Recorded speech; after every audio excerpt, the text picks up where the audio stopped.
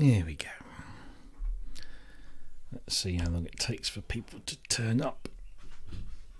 Let's make sure it's actually going out, shall we?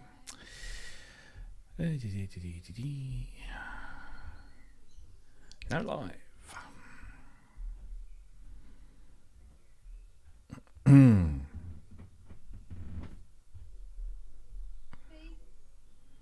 Sorry?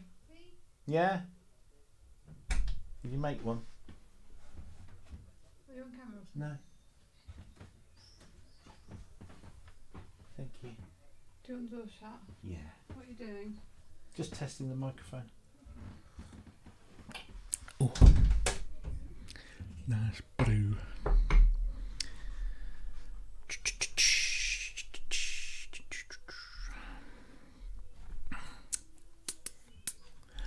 Hello, hello, hello, Atto Z. Welcome, welcome, welcome. Oh, right. How are we all doing? Oh, of course. Didn't think of that, did I? Oh, well, not to worry. I shall record this. Yes, I know, Native. I just realised, although I don't think I shall be tempting anybody away from Gaz, so that's okay. Dear. Right. I just wanted to test my new microphone.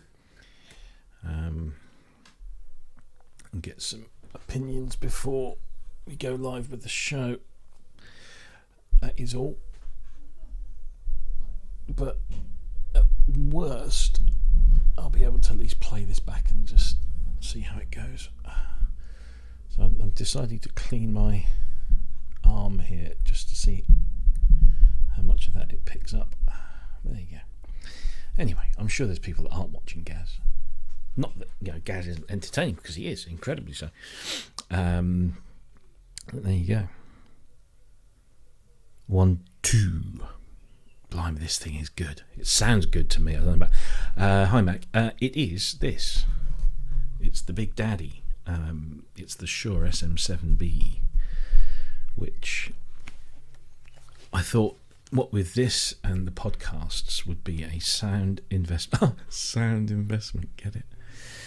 So yeah, that's what it is, and I'm just curious to see how it sounds before I go live. I didn't want to do the show on Friday and have it sound rubbish.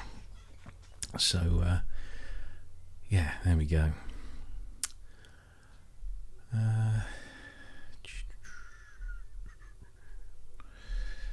Right. I do hope I'm not picking up. I'm sure Gaz won't mind.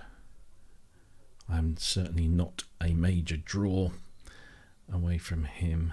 But anyway, good bassy mid-range. Yeah, it is a very warm sounding mic. And you've just reminded me there that I've actually got.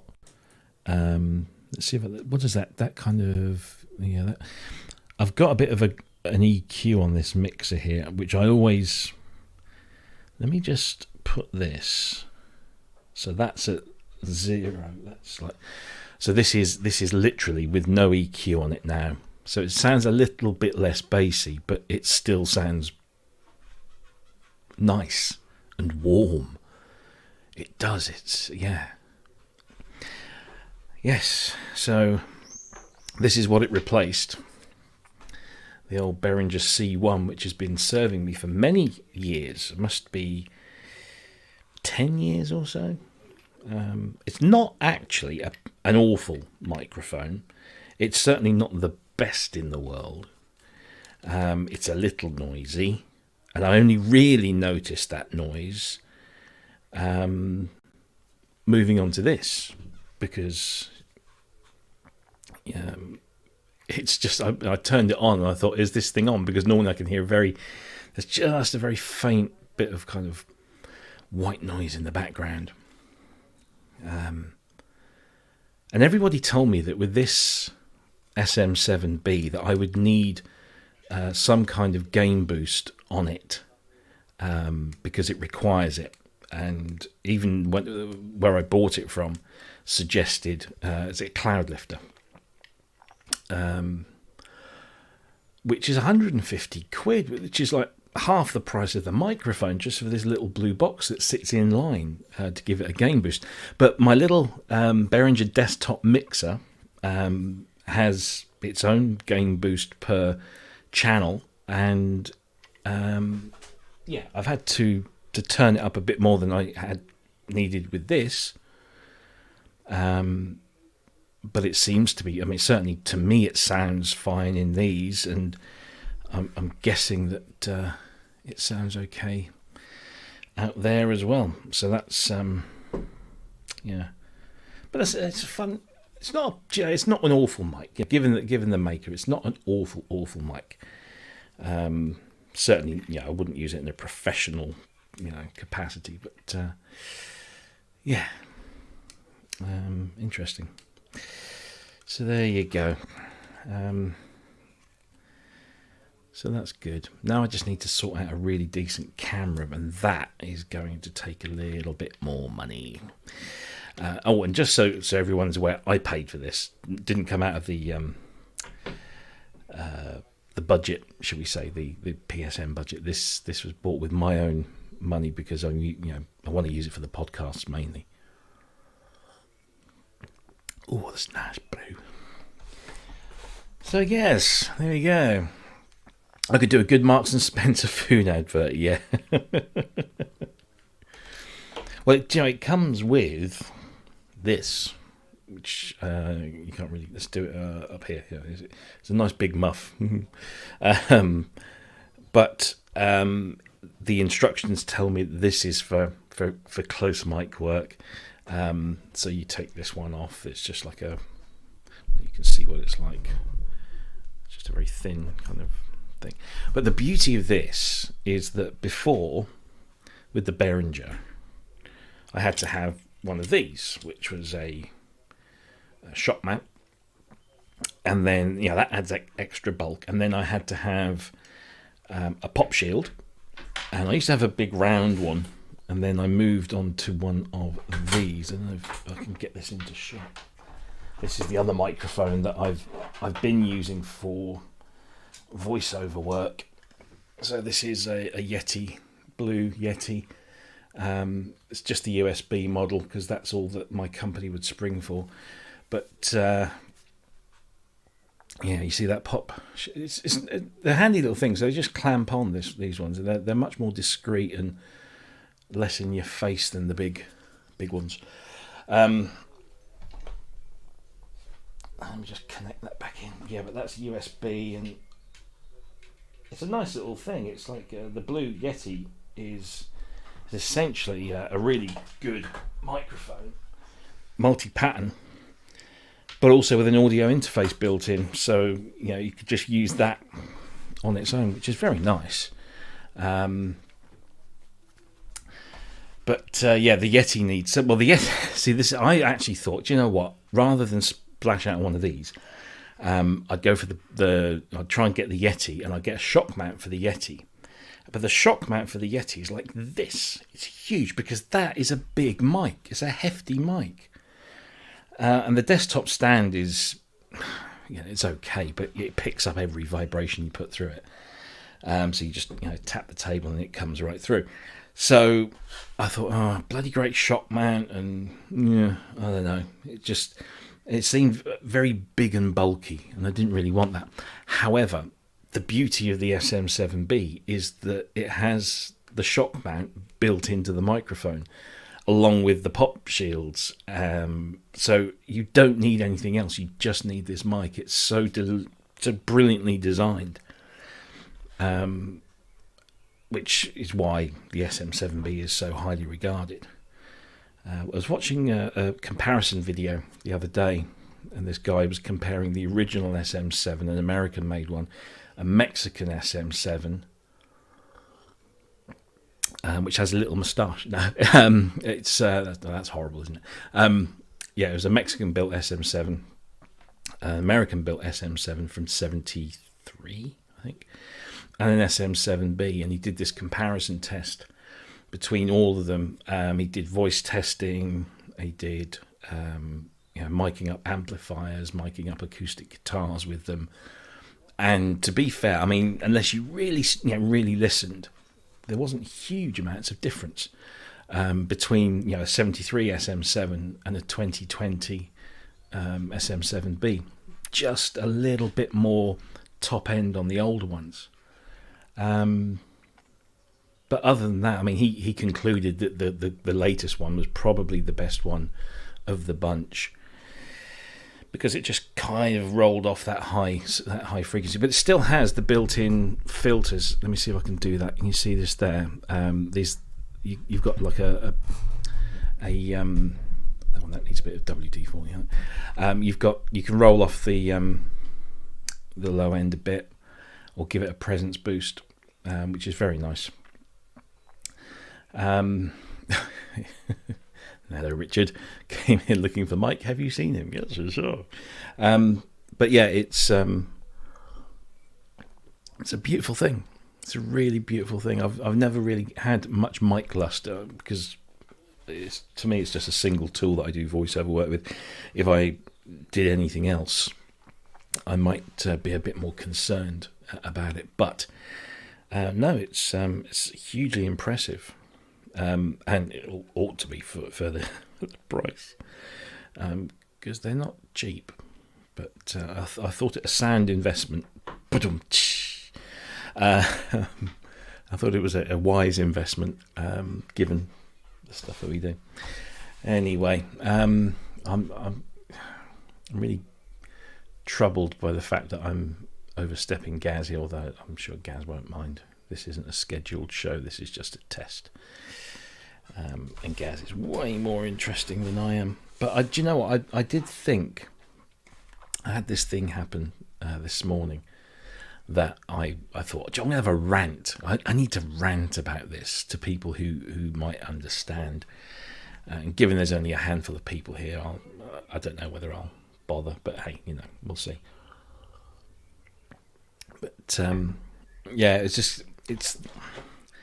I've seen some posts recently, or some posts, text posts and video posts about owning vintage synthesizers and how futile it is, or how all that kind of stuff. And I'm like, really? No. Having been a vintage synth owner for many years, I'm curious as to why people feel that way about these things sometimes. But there was something happened to me, or yes, no, it didn't happen to me. It's something that happened today.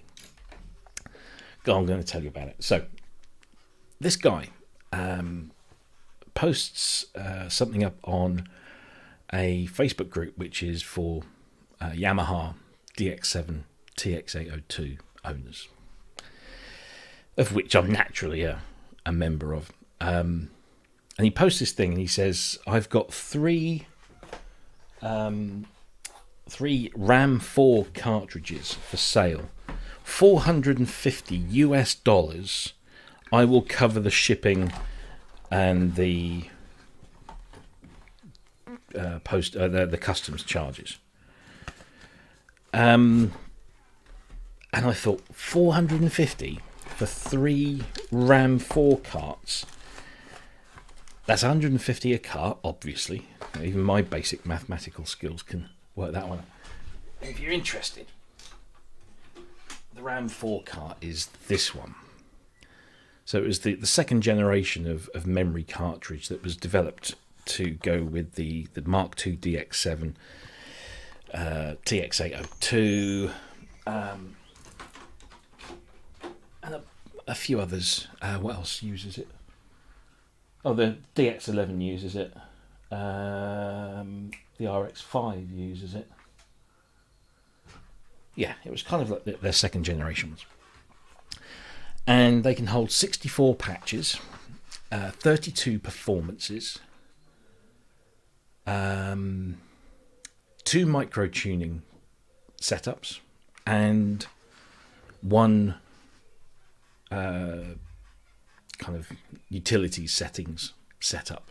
So 64, 32, 2 and 1. That's it. So that's what they are, and they sell online for anything between, I've seen them go for sort of like £40 right up to, you know, £100 and something pounds. The ones that sell for the most money are the ROM cartridges. So this is a ROM cartridge in the same format. This is just the one that came with the Mark II DX7. And it's got all the factory banks and plus an additional set of banks for you to play around with.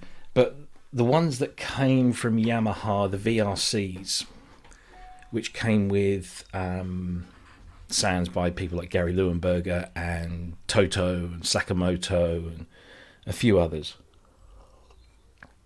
In their original boxes, these cartridges can sell for £100, maybe sometimes £200, which I think is silly, but I can kind of understand why, because they're quite unique, and not all of those voices are available online, like many voices, particularly the Mark II voices, because they involve more data than just voice data. They're not always available, and if they are, they're not always complete. So anyway, so those cartridges sell for a bit more. But this guy was asking £450 for 3 RAM 4 cartridges. And it's like the curse of the vintage synth price boom, whatever you want to call it, has now reached peripherals. But the thing is, you can buy one of these. Now this is an H-Card 702 by Hypersynth. This is the same format, the same cartridge size format as the RAM 4. However, this holds 100 of these. So one of these is 100 of these. 100. This means that this can store 6,400 voices, 3,200 performances, 200 micro-tuning settings, and 100 utility setup data things, whatever it is. One of those is 100 of them. How much does this cost? $120. So why is some guy trying to sell 3 of those RAM 4 carts for $450 US? So, 12 Up's in the room. So no, 12 Up. I won't use his name because he likes to keep a low profile. But 12 Up knows exactly where I'm coming from. So so he's selling these 3 carts, 450, but you can buy a brand new one. Now the other thing is that let's pull this one out. So this is a RAM 4, okay? This can hold 64 voices, 32 performances, 2 micro tunings, and 1 setup file. Inside there, like most things from 1987-ish, inside one of those is a lithium battery. And when that lithium battery runs out, as it inevitably will, the usefulness of this cartridge becomes almost zero. You can't do anything with it. I think you can still read off of it, but I don't think you can write to it. I've had some issues with them in the past, but bottom line is these have a battery cell that will need replacing. And I've sometimes looked at trying to prise one of these open just to see what's inside, and it's one of those things where I just don't want to pull too hard because it's not screwed in. It's like plastic clips and just kind of clicks into place. But I've seen pictures of these with the batteries inside, and you can replace them just like you can replace a battery cell in a synthesizer. But why would you do that when you can buy one of these for £120, which I know, in the grand scheme of things, £120 for a RAM cartridge might seem excessive. But when you think this is £120 and is 100 of these, then the economics makes sense. And this comes with a warranty. And this comes preloaded with a whole bunch of banks in there as well. So it's... and it has numbers and nice buttons on there, to, touch-sensitive buttons that work wonderfully well. And eventually, through that little USB hookup there, you'll be able to examine these cartridges off of a DX synth. They're building a thing called, what's it called again? H-Reader or something like that. And you'll be able to plug these into that and just see the contents, and be able to manage your cartridges like that. It's brilliant. And I don't want to bias Hypersynth, but Stefano in Milan makes these. These are Mark 1 DX7 cartridges. Doesn't that look like it's a little smiley face with a nose? So these are... I'm trying to get it so that it's not glaring in the light. There you go. So these are Synth Square, and this is the RWC 128. Now this is a little bit more expensive per bank, shall we say, because it has 32 banks, not 100. And you select. There's 16 positions on the selector there, and then there's 2 levels. So you have 16 on one level, 16 on another level. So you have 32 banks of 32 sounds. So you do the math. And this works in the DX1, the DX5, the Mark 1 DX7, and the RX11, which is where I've got my other one of these currently plugged in at the moment. And they're about £140, I think. And the reason these are a little bit more expensive is that he hand builds these.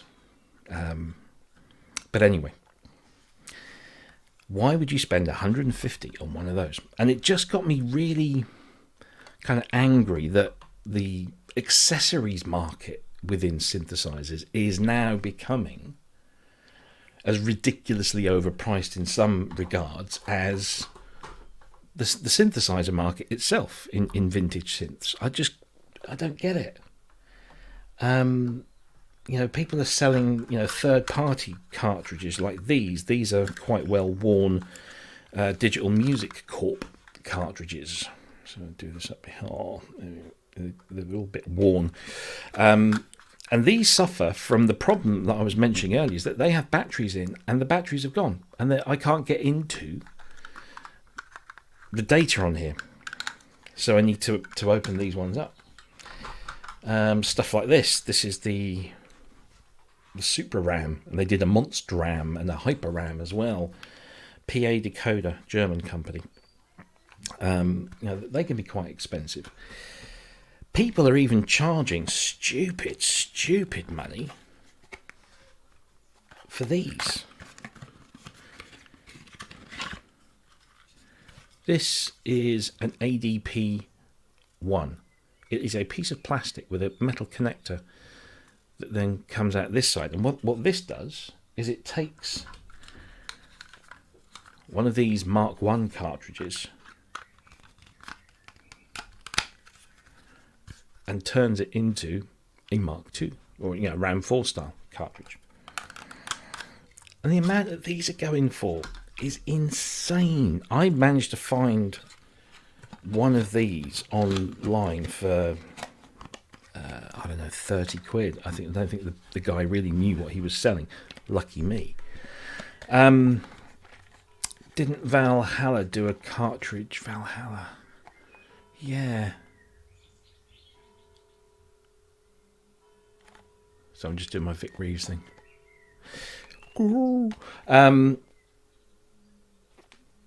Yeah, I'm just trying to think now. I mean, it was a huge market. And if you tune into the show this Friday, when we have the great Manny Fernandez on, then you'll learn more about that, because that's kind of how Manny got involved with the whole business. I'm going to try and get all of my Sound Source Unlimited discs and paraphernalia out to take Manny down a trip down memory lane. But it's just...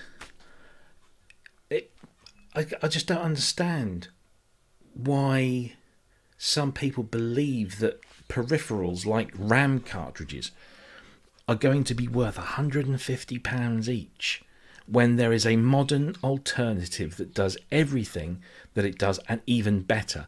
And I tried to think about this in terms of, in terms of a vintage synthesizer versus a modern version of it. I was trying to think of one that was a good comparison. Why would you buy an original version of this synthesizer when there's this new version? So the Prophet's probably the best thing. So you've got an original Prophet 5 or Prophet 10 even. Not that many people would want to buy an original Prophet 10 because it's rather large and expensive. But when you've now got the Prophet Rev 4 that sells for what? Depending on which, whether you get the 5 or the 10, it's like, I don't know, £4,000. A little bit more for the 10, a little bit less maybe for the 5. That does the whole Prophet thing, and even with the vintage knob, it can do Prophet Revs 1, 2, and 3 pretty damned accurately, I'm told. Why would you want to go out and buy that old one when you can buy the new one that has a warranty, has more modern components, and has the build quality and the heritage that the original has, but just does it better? Why would you want to spend £150 on that when you can spend £120 on that does 100 times what this does, comes with a warranty, doesn't need a battery, all of that stuff? I mean, geez. Is it me? Is it just me? It's crazy. Absolutely crazy. And the thing was, I saw this post and I was reading, flicking through it on my phone when I woke up in the morning. I was going through it. Oh, what the hell? And I thought, I'm not going to respond to this because I'll just stir up a little hornet's nest. You know, as you do when people post things for sale on things like social media, and then someone comes along and says, "Oh, you're having a laugh, mate. They're not worth that much. Oh, it's only worth a tenth of what you're asking." Look, something's worth what somebody else will pay for it. That's the bottom line,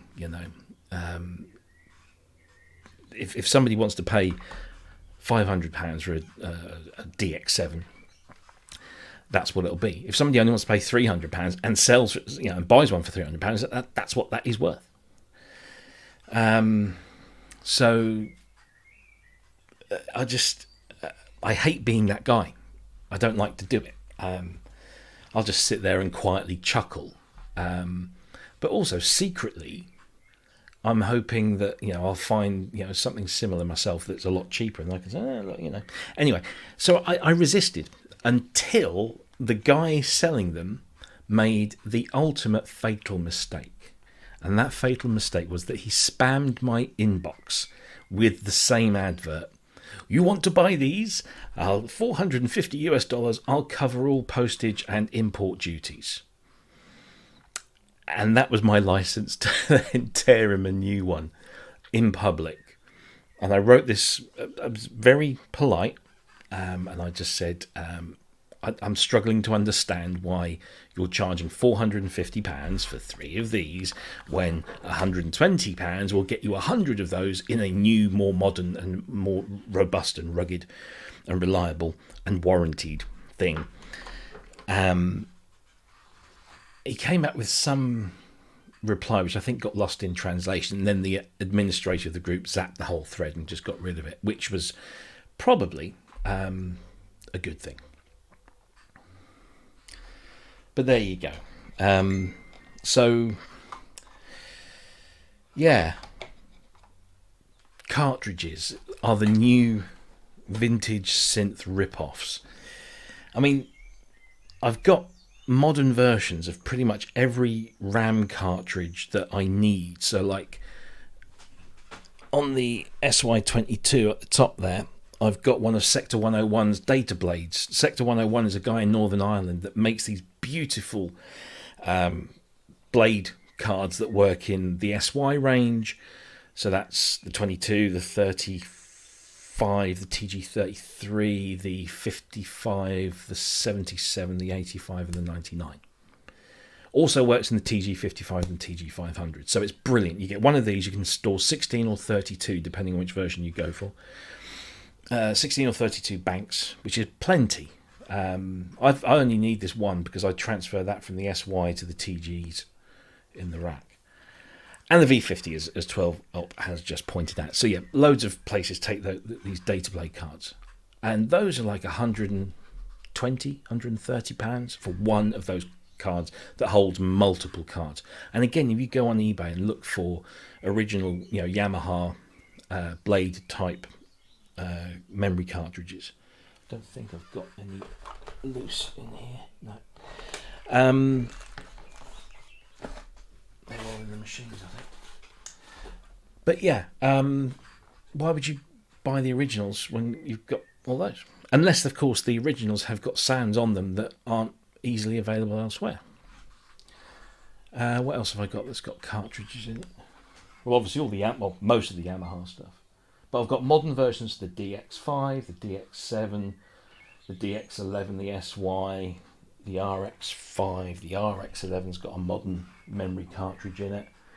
My Z1 has got a PCMCIA adapter that I can put a SD card in. So I've got maximum RAM availability on that. And the Prophecy is the only one I think that uses an original SRC 512. Which on their own, I mean, they're quite rare to find. What's even more rare, the PHC 11, PHC 12 cards that contain the 2 extra voice banks. But again, there's a guy I've seen on Reverb who's selling a modern version of the Korg SRC cartridges for about £100. And a friend of mine has just bought one. He said it's a little bit thick for the slot, and he put it in too hard, and bent one of his pins. But he says once he'd straightened that out, it was all golden. But just kind of made me, I think I'd probably just buy another SRC 512 and just use that. But yeah, I just don't understand how stuff like this is now falling foul of the vintage synthesizer pricing stupidity. It's stupid. I don't understand. Even stuff like this. I mean, I managed to pick these up again. I linger around places like eBay, and I find these. This is an original DX Owners Club cassette. Just bring it. Oh. It's too bright, isn't it? It's the original DX7 Owners Club cassette with a stupid amount of patches on, all of which are available free of charge on the internet. This is an original Yamaha TX7 cassette. And again, I just pick these. These I just pick up because of the collector part of me that wants just to have a nice little collection of these things. All of those sounds, I haven't used those cassettes. All of those sounds are available online, and I already have them. And I've got some others. There's a C-Lab one there, which unfortunately this is a RAM cartridge in the original DX7 size format, with 4 banks on, selectable via the switches that you see there. And whilst it was a RAM cart, it also came with 128 voices loaded on. But whoever owned this before me had messed around with the voices. But so I'm trying to find an authentic kind of copy of the data that was on there at some point. But yeah. So yeah, all of these things. I mean, I've got a box load of these. I even got a box load of stuff when I bought an Emax of all things, and in that box was one of these, a Roland M64C, and I don't rightly know what that's used in. I haven't actually investigated it.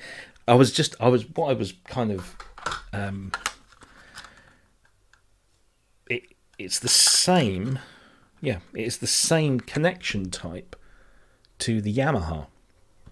And it's the same size as a Yamaha, it's just a little taller. I wish it was a little bit taller. I wish it was a bit taller.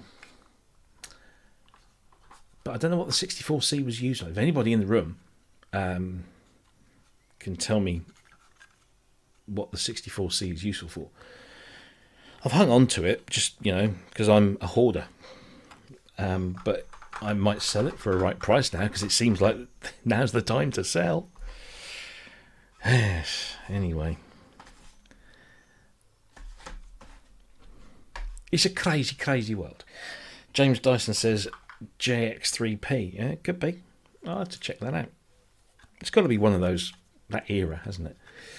There is a Facebook user. It doesn't say who the Facebook user is because said Facebook user hasn't allowed StreamYard to access their account. So I'll hopefully not disrespect you by calling you Facebook user. That says I have a client that collects. It's not Kent, is it? Because Kent has clients.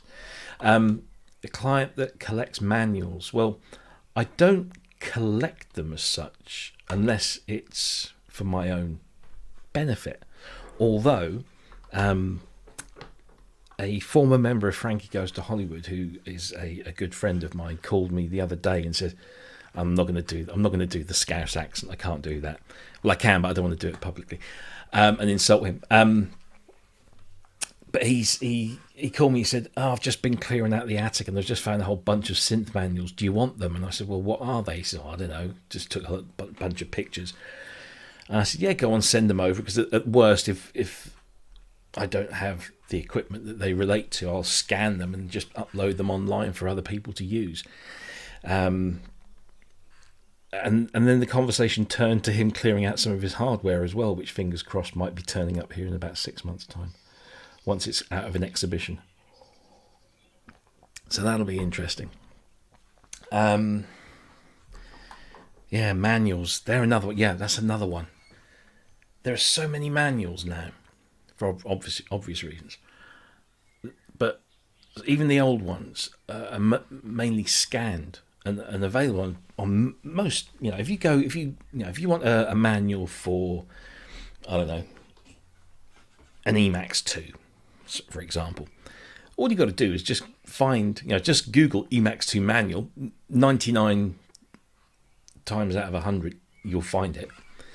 And if you don't, you just go to like one of these Facebook groups, and there's usually somebody's uploaded it there. So why people still buy old paper manuals, other than for this kind of vintage collecting thing, is beyond me. There are some publications that I will want actual hard copies of because they're manuals that I want to use, and I'm old school. I prefer having a paper manual open.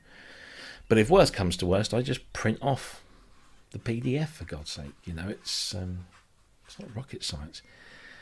But yeah, I just don't understand the price gouging that's going on. It's yeah. Let's go through the comments, shall we? Cafe Music says, back then, when they were new, I found this system quite annoying. I don't even want to start talking about Yamaha's politics, but to put such a small amount of program slots into their DX7. Well, all I know, and I don't know much, but all I know is that at the time, the cost of memory was obviously considerably more than it is today. And there was probably a bit of, in 1983, there weren't many synthesizers that had 32 or 64 patches available at, just by accessing the synth. So I guess Yamaha were thinking, well, it's kind of like that classic non-Bill Gates quote, I can't ever understand why anybody would want more than 640k of memory. Maybe somebody at Yamaha said, I can't understand why you'd want more than 64 patches. But also I do know for a fact that the cost of RAM chips back then was quite expensive. When I look at old Fairlight price lists and I see the cost of memory expansions on the Series 3, because you could have there were 2 meg cards, 4 meg cards. Later on, there were 8 meg cards, and you could put up to 14 meg, a whopping 14 megabytes into a Series 3. Actually, you could probably get more in if you got the 8s, because you could put 4 8s and get 32. It would recognise a maximum of 32. But 8 meg cards were so expensive in the mid 80s, and awful technology, because it was, it ran super hot. It's half the reason why they run so warm is that the internal components just kind of glow heat. So maybe that was why Yamaha only put so many spaces. I mean, we live in a world now where certain synthesizers can have thousands of slots of presets or for users or factory. I mean, the modal here that sits here, what's that, 400-500 in just the modal Cobalt? I can't remember now.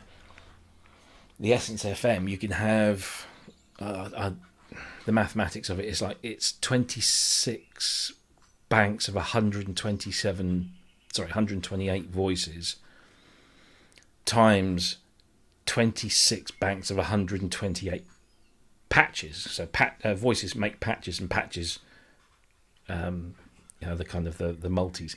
Thanks, James. 500. Yeah, so it's 500 in the Cobalt, which is I've actually ran out because I've put one of James's sound banks on there. I've got the Baltica, is it Baltica sound bank, and then the 300 factory sounds. So I need to kind of go through my Cobalt libraries and choose the decent ones. But that's just one of the things with vintage synthesizers, is you are limited by lots of things, and one of those is patch storage. But again, nowadays with sysx and data filing, you can just bang a whole bunch of patches to a synthesizer in 2 clicks of a mouse, if you've got it hooked up correctly. So anyway, this is fun, isn't it? Thank you, Ben. So M64C memory backup 4, Alpha Juno 2, GR700, GR77, MKS 10, 20, 30, 70 and 80, TRs 707, 727, 909, JX3P, JX8P, JX10. So that's a fairly lucrative market. Maybe I'll cash in. How much do we think? Should we Google it? Let's do a live Google. Okay, let's see how much. Let's see if there's one available. So let's see. Roland M64C. Roland, you're what?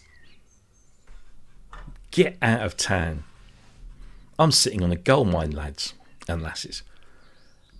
This is what I'm talking about. Right, let me just share my let's share the screen. This is bonkers. Thank you, James. Much appreciated. So let's just find the tab here. Right, you should see this here. This is amazing. So these are the 4 results, the 4 main results. So there's one in Japan that's selling for £268.81. Now I know the Japanese stuff. I don't know what's wrong with the Japanese sellers. They're a bit bonkers because everything they're selling is stupidly expensive. It's 268, and that comes with the box and everything. But there's one here pre-owned in the US for just under 100, and this is current price. I don't know if this is a buy it now. 200 with the box and everything.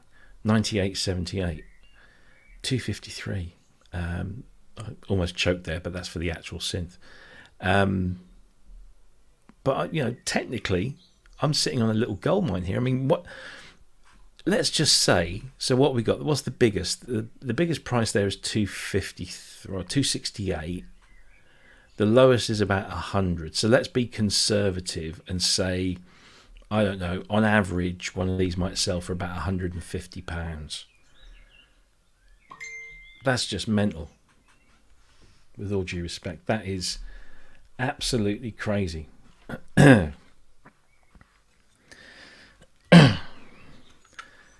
That could potentially buy me a new synthesizer, albeit a second-hand one, or maybe just a small, Behringer's thing or something. That. Anybody want to make me an offer? I couldn't possibly sell that now I've had this conversation with you guys. It's just crazy. Kent, oh, by the way, I found the microwave in the garage for me. I didn't say I was going to buy one, mate. I've never played with one, but thank you. That's fun. I quite enjoyed that little Katsunori sound. Dude, oh, what's it? The microwave. It's I've always loved wavetable synthesis. Don't own a proper wavetable synthesizer. I've got the Wave Station plugin, and I'd love a PPG. I'd love a wave. There you go. There's a wave. I'd love a wave and a wave term. I was at a show in Cambridge. God, I can't remember how many years ago it was. And Barney, who owns a studio up in Liverpool. Oh, thank you, Kent. You're a gentleman. Thank you. Blimey. I'm a bit taken aback. So Barney had the PWL wave term 2.3. Sorry, PPG Wave 2.3 wave term. It was an A/B hybrid. He was explaining that basically in between the wave term A and the wave term B, there was this kind of mishmash of wave terms. He also had was it the PFK or the FPK full-size keyboard with the extra disk drive in. It was magnificent. And it was the one that they used on Youthquake, Dead or Alive's album, and a bunch of other. And it's got PWL stenciled on the side. It was the most beautiful thing. And there's me. I've got a Series 3 and a Series 2 Fairlight on display, and he's got this thing. And I just like, Fairlight? What Fairlight? PPG. Give me that, please. Oh, that's fantastic. So I would love one of those one day. I do know somebody else who's got one of those. In his infinite synth cave. Simon Alexander's got PPG wave and a wave term and a FPK or a PFK or whatever that bloody thing's called. I can't remember.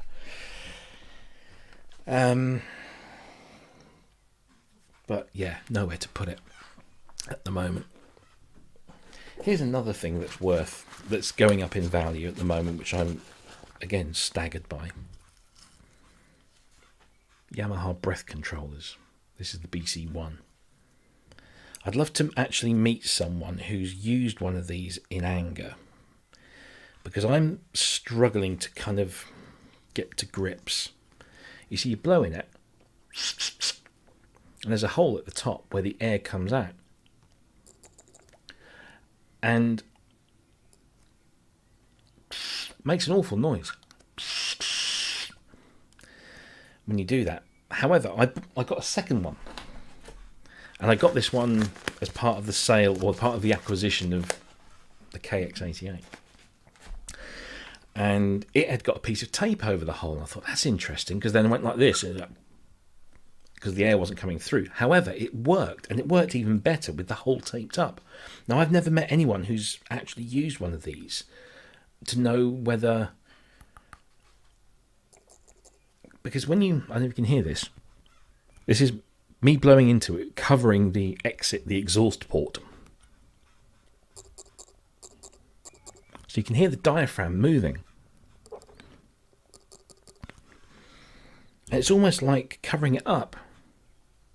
It means you can just use it by changing the pressure in your mouth.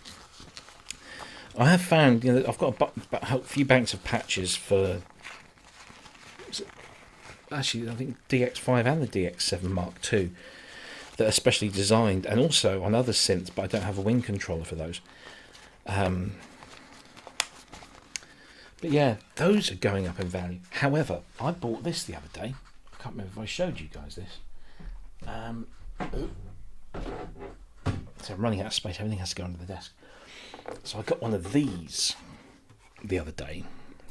So you can see that. The MCS2. And this is a wonderful, wonderful thing because it's basically a MIDI controller station. So it has pitch, bend and mod.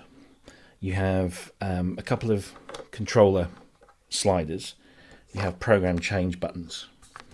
And on the back, let's see if you can see that. So you've got the full complement of expression and foot control sockets that you get on, say, like a KX88. You've got 2 MIDI ins and 1 MIDI out.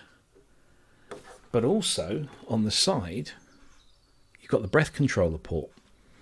So this means that by MIDIing this up to any keyboard in here, I can now breath control any keyboard in the room. Not that you want to hear that, but there you go. Oh, windy pops. So, yeah, that was a fun little thing. Managed to pick that up for dirt cheap. Let's catch up with this. Kent, mate, I'm beyond grateful. Thank you for that. I'm still kind of staggered. I'd love to have a go with one of those. So thank you very, very much. I really appreciate that. Ben says offload some carts, create some space for one. Yeah, absolutely. I could. I wonder. I mean, so we're talking about the cost of cartridges here. So remember that I've got cartridges in all the required machines over there. But then I've also got a box like this with all of these cartridges in. And there's more there. And I've got more in there, along with the breath controllers. So I reckon at the going rate, I could probably buy myself a PPG with all of this lot. Bonkers, isn't it? Absolutely bonkers. There we go. Oh, it's warm today. I've got the window wide open, but obviously the door's closed. And it's been alright. Scorcher today, which I can't really complain about. Facebook user says hi from Tahiti. Welcome. I don't know who you are because Facebook requires you to excuse me. Facebook requires you to give StreamYard permission before to share your personal details with me. So if you come over onto YouTube, it's easier. But by all means, you can just let StreamYard do your thing. Ian Sharrock says, hi mate, I wouldn't do that too hard. Blocking the hole can bugger the sensor. And then see, that's what I thought. And thankfully, I've not really experimented too much with it. But when I got my first one, it didn't have anything over the hole. And I was going, and it sounded like I was, going a bit mental. And then when I got the second one, it had a piece of... nice one, Ben. It had a piece of insulation tape over the hole. And I thought, why is that there? And I did it and, obviously felt the resistance. But I found it easier to use to just kind of, instead of going, blowing through, just increasing the pressure. You know what I mean? Does that make sense?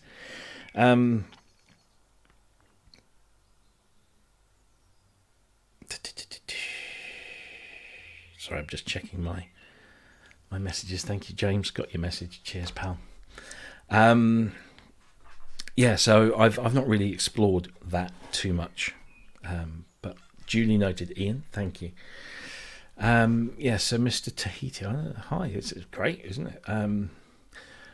12 Up says the new ones are actually great for playing. Wind sample libraries used one not exactly appealing in pandemic times. Very true. Yeah, I've got a whole bunch of is it Patchman music?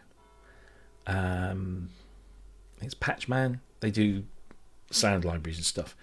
They do specific wind controller patch banks for DXs and Z1s and prophecies and all that kind of stuff.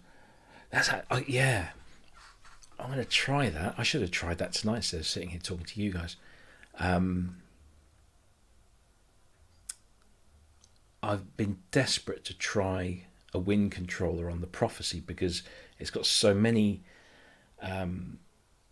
wind models in there that it makes absolute sense. But I don't know how to get, until I got that MCS2, wasn't sure of how I could get a wind controller attached to the Prophecy, whether it would go through like one of the expression connections.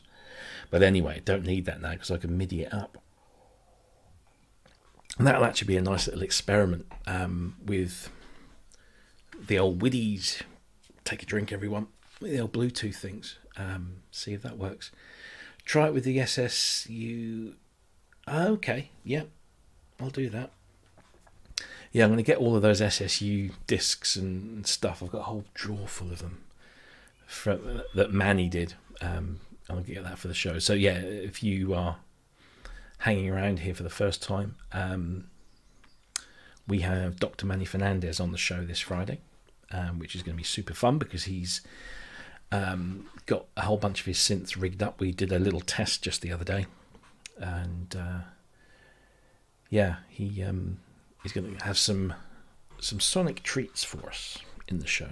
We'll talk to him obviously about his time working for the companies like Yamaha and Korg and Kurzweil and a whole bunch of others.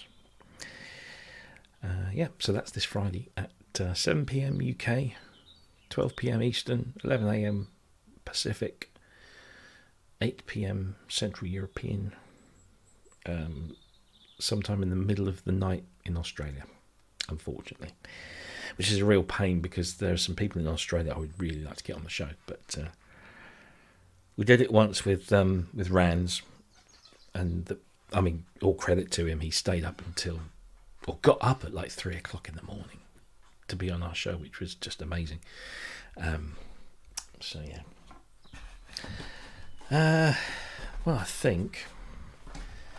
So anyway, if you joined mid cartridge rant, the actual main reason for me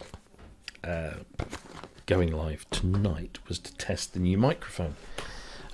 So I'm hoping that everyone can hear me okay and that it's coming through loud and clear, or not too loud maybe, but loud enough. I tend to talk quieter when I'm on my own because I don't know why. Odd. Sorry, I can just put all my cartridges back in their little boxes. There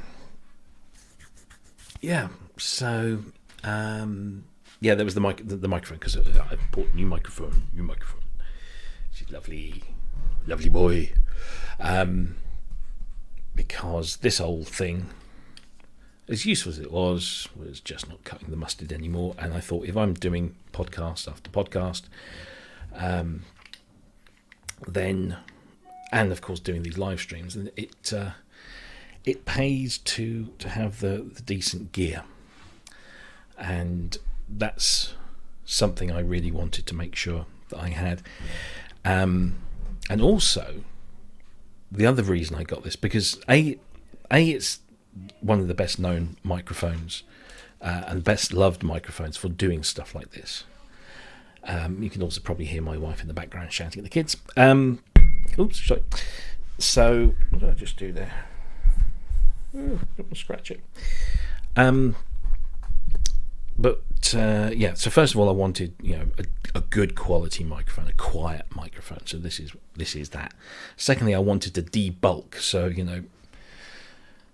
shock mount, condenser, pop guard, shield, and all that kind of stuff. It just I was very conscious of it blocking my beautiful face. No, that's a lie.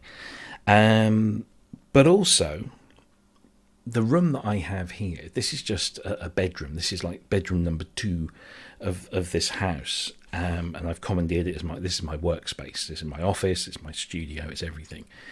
But I live in one of these houses, and I don't know what the technical term is, but it's got the roof cuts in on one side. So I've kind of got. Let me see if I can show you this. So this is what I look at. So can you see that the roof cuts in? So what that means is as he tries to get that there. And what it means is that I get these kind of reflections that come down here. Plus, I've got a wall there and the wall there and the screen in front of me. So I was getting all these reflections, and my editor at Sound on Sound said to me the other day, Rob, he said, have you got any treatment in your room? And I said, no. Because A, I rent the place, so I can't put anything up. And B, I've got these things. He said, oh, we'll figure something out. And I actually got, in Sound on Sound, Paul White does these, or used to do these features on user studios and how to get, the best out of them. Well, I kind of got a free one of those from Paul. And it was great. He gave me some ideas about, building some things with some foam panels on the side that could be removed and moved around. And then we are looking, hopefully, to move house at some point fairly soon. And I don't want to be building stuff that's kind of custom made for this room when I might leave this room at some point. So I thought, well, I'll buy one of these because it's great quality. It reduces all the bulk because the shock mount is built in, the pop filter's built in, and the capture is really good.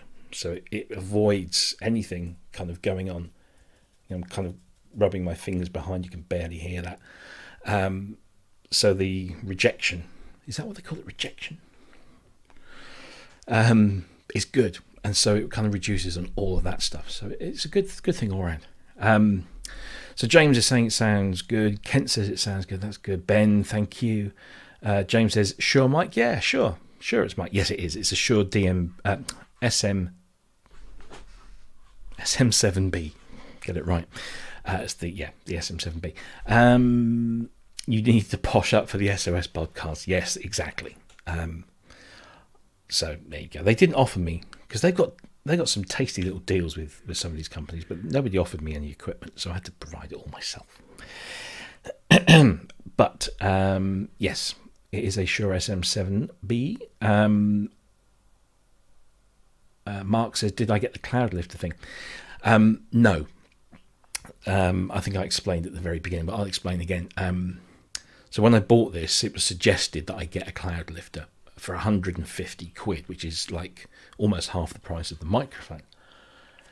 And I thought, I'll try it with that. And then I ordered it and started looking through some of these videos, and almost every single one of them said, oh yeah, you'll need something like a cloud lifter or something similar to a cloud lifter, because this mic needs a bit of extra gain. Oh, great, I've gone and bought this, and I'm going to have to, buy something else.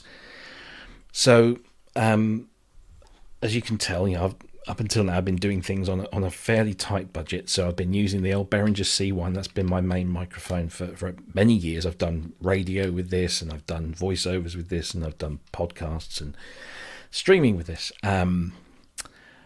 And I also have a little Behringer Xenix desktop mix. I've got a couple of them because they're handy little things. They're not the best in the world. They've not got the cleanest audio, but they certainly do the job. But they've got built-in gain on there. So I was thinking, oh, well, that's okay. And surprise, surprise, or maybe not, it is. It's absolutely fine. And so I'm just turning, so I've got the mic, I've got the gain set at around 70%. And the actual mic volume is almost maximum on here. And to me, it sounds really nice. And you guys are saying that it sounds good. So that all's well that ends well. I didn't actually have to buy the cloud lifter for that purpose. But I tell you what is the most amazing thing is I sit here when I go quiet, which isn't often. And it really is quiet. It's so quiet compared to the Behringer. I didn't realise how noisy the Behringer was until I put this in. Oh, yeah. Mark says it's a great mic for rock vocals. From what I didn't really, I knew of this microphone because you see it now, particularly in the last couple of years, as more and more people have been doing live streams and podcasts and stuff. You see the SM7B everywhere, and I didn't really know much about it. I'm not a microphone person, so up until the other day, I had this. I've got a blue Yeti over there, which I use for work mostly. and that's it. I've never, I don't do vocals. I don't sing or anything, so I don't mic anything up because everything's synthesizers. So I've never really been a big mic person, and didn't really know much about it. And then as I started learning more, you then, I think the first thing that you come across online is the fact that Michael Jackson sung Thriller into an SM7. He's pretty much, that whole album, his vocal was on an SM7. Then you start reading and finding out about this microphone, the SM7, which first came out, was it 73, I think. And I thought, when I Googled the SM7 original and was expecting to see some completely different looking microphones, almost identical physically. And I found a video the other day of a guy that compared an original 73 US built SM7, a slightly later Mexican built SM7, and this, the 2020 or the 2021 SM7B. And he did a comparison of all three. It was a really good comparison as well, because he kept switching between the three, and it was really difficult to hear when he was going from one to the other. It was almost indistinguishable. So it's pretty amazing how that technology has been so good for so long. But it's a really tasty microphone, and I just love the look of it. I just think that this top mounted XLR slot, which sits on the bracket, or the yoke as they call it, is fantastic. And the fact you've got the filters in the back that you can use to adjust the sound a little bit there. I mean, and it's just built like a tank. And it's just a delightful mic to use, to look at, and to listen to. So yeah, I'm happy. I bloody ought to be for the price. But so that's all I really wanted to do tonight, was to test mic, make sure that it was all okay for Friday when it gets used in anger for the first time. Oh dear me. Better make sure I don't wear this t-shirt again on Friday, because you'll all be thinking, oh, he's a sweaty bastard, lives in the same t-shirts, which I do tend to quite a bit sometimes, because you don't go out much these days. Well, I've been going out a little bit more, but oh, that's cold now. Lovely. Anyway, I better go and show. I only came up here because the wife's watching the Sewing Bee. Is it the Great British Sewing Bee or something like that? I really don't want to watch that. Nor do I want to watch what was on before it. Oh, The Repair Shop. Oh God. Yeah, I think that's pretty much it. I think I should wind this down, unless of course you want to ask me any questions. I sent a message to Chris and who's that other guy that we do the show with? Ben, that's the one. Saying, do you mind if I do a little live stream?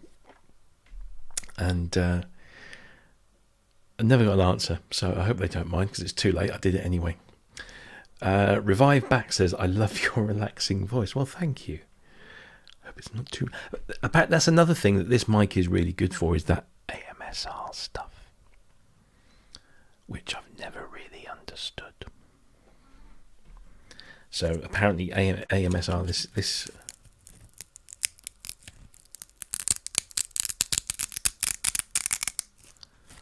that's supposed to do things to people. I don't get it myself. Yeah. Can somebody explain AMSR to me? It's like somebody was trying to explain NFTs to me the other day, non-fungible tokens. I just can't see beyond the fact that you're paying for nothing, really. I just don't get it. I don't understand it, and because I'm an old man, if I don't understand it, I don't think it's good. Until somebody can actually explain to me what an NFT, sorry, not so much what an NFT is, but how an NFT could benefit an artist, a genuine artist. Because at the moment it just seems to be a bunch of rich people selling their shit off for large sums of money and getting even richer. I don't get it. Just don't get it. So yeah, if you guys want to ask me anything, do so in the next 15 minutes, because I'll probably knock this on the head at 10 o'clock. Because I just got Virtua Fighter Ultimate Showdown on my PS4, and I'm kicking ass online. I love Virtua Fighter. Still, see if this pops. No, it doesn't. That's good. I still love me old Virtua Fighter. Now, have I got... Wait.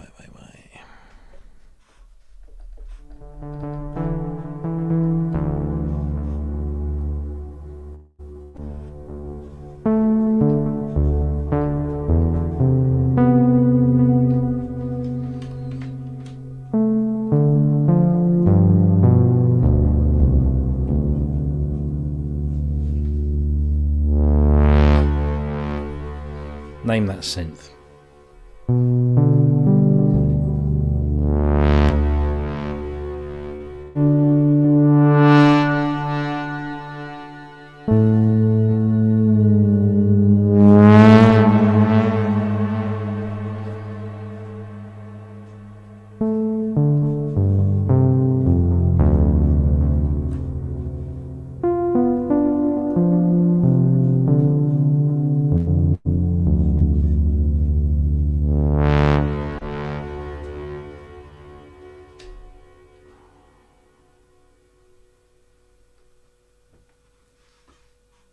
Ooh.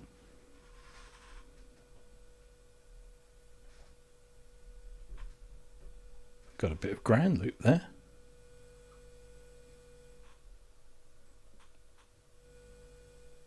Oh, I know why that is.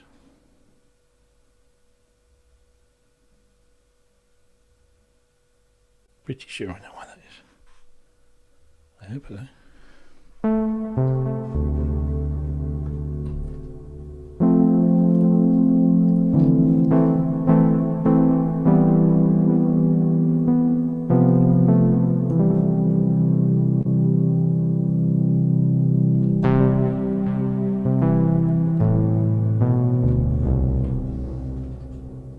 Bugging me now.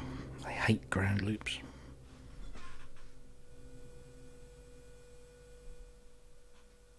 And coming through that.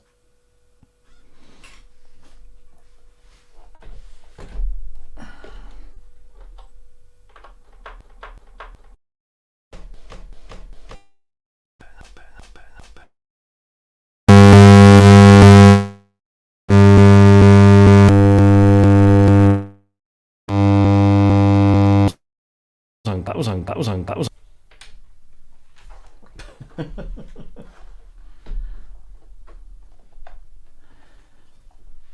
What happened there then?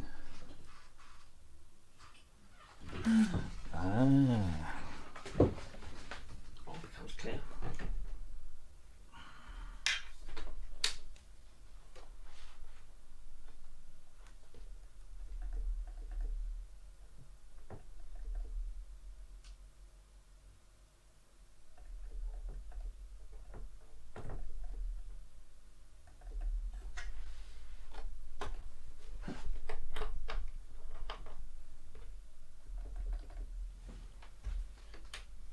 So that's interesting.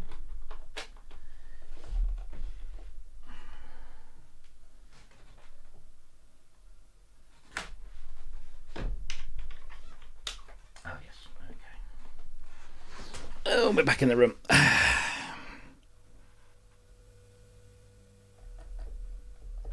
Not.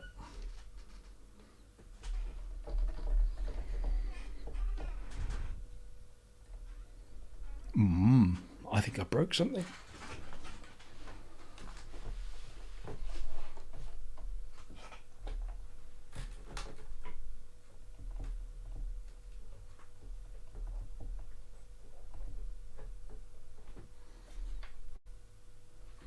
Very odd. Oh my god, effects, max headroom. What happened? Did I knock something? I think I might have, yeah, something might have busted.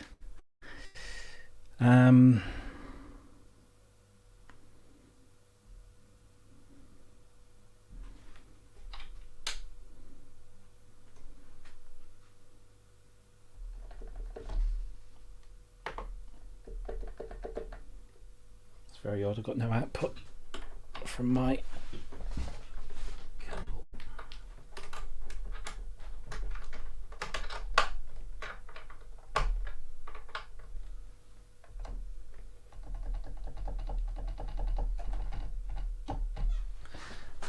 Uh-oh.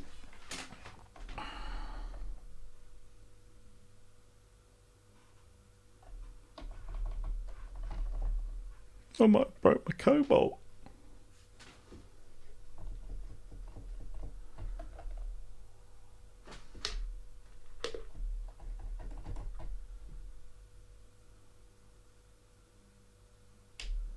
Does anybody... Oh. Something... What? That's odd.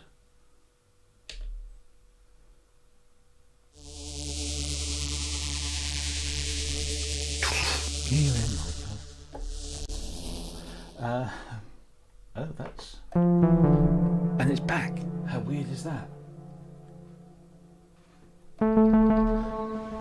At least I haven't broken my cobalt.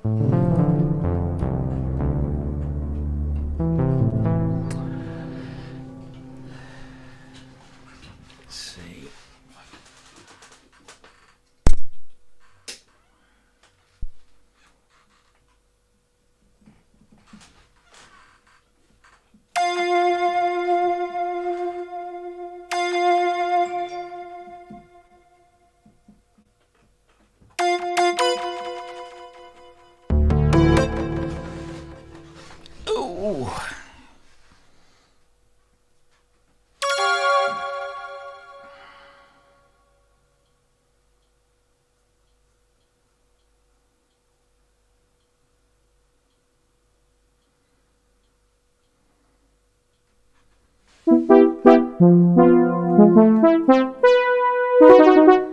It's clipping, isn't it?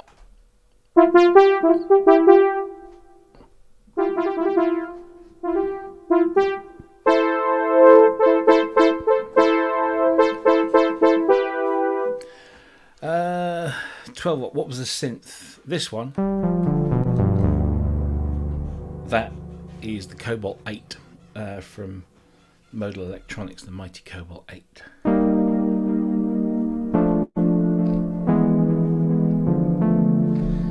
And then this is the Essence FM.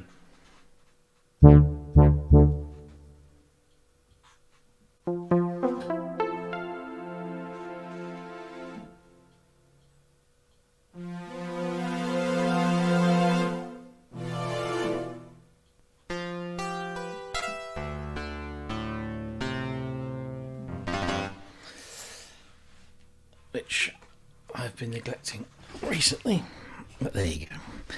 Anyway, guys and gals, what's my phone telling me? England have beaten Austria 1-0. The Netherlands have drawn 2-2 with Scotland. There you go. Fun stuff. Right, I think I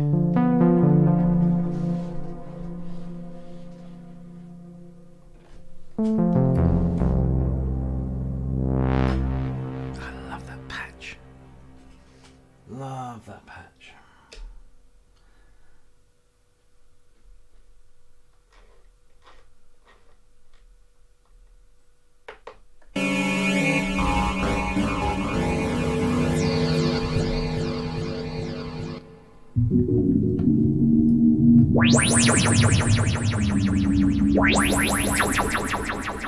Some James Dyson patches there.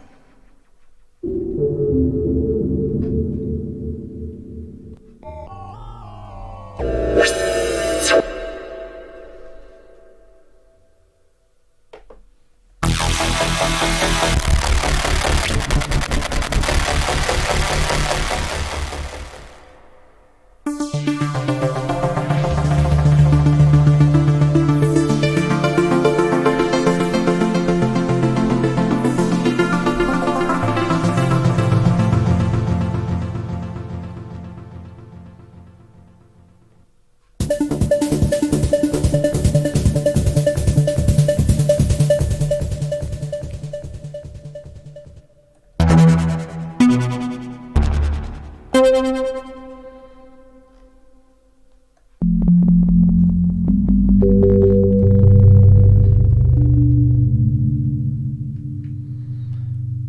you haven't already,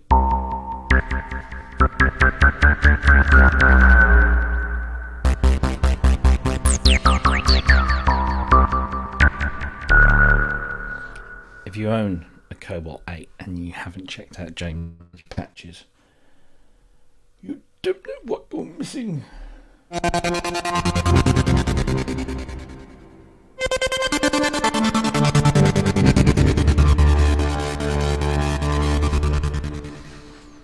Very good, very good.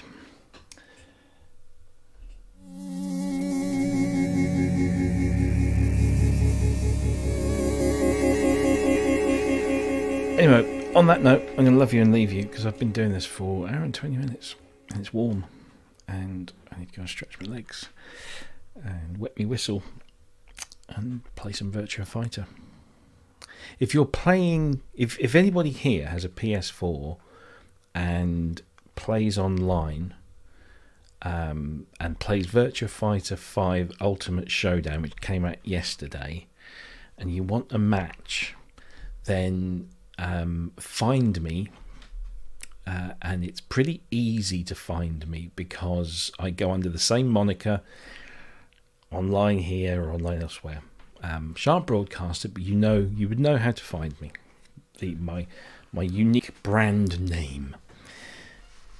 Give me a shout, I'll kick your head in. Anyway, thanks for partaking. I'm gonna make this. I'm not gonna have this published online anyway, but join us this Friday, 7 p.m. UK, 8 p.m. Central Europe, 2 p.m. East Coast, 11 a.m. West Coast. Work all the other time zones out yourself. We'll have Dr. Manny Fernandez along with myself and of course Chris and Ben. So please do join us for that on Friday. And we'll have lots of fun talking about nerdy synth stuff. Until then, take the greatest of care. Bye bye.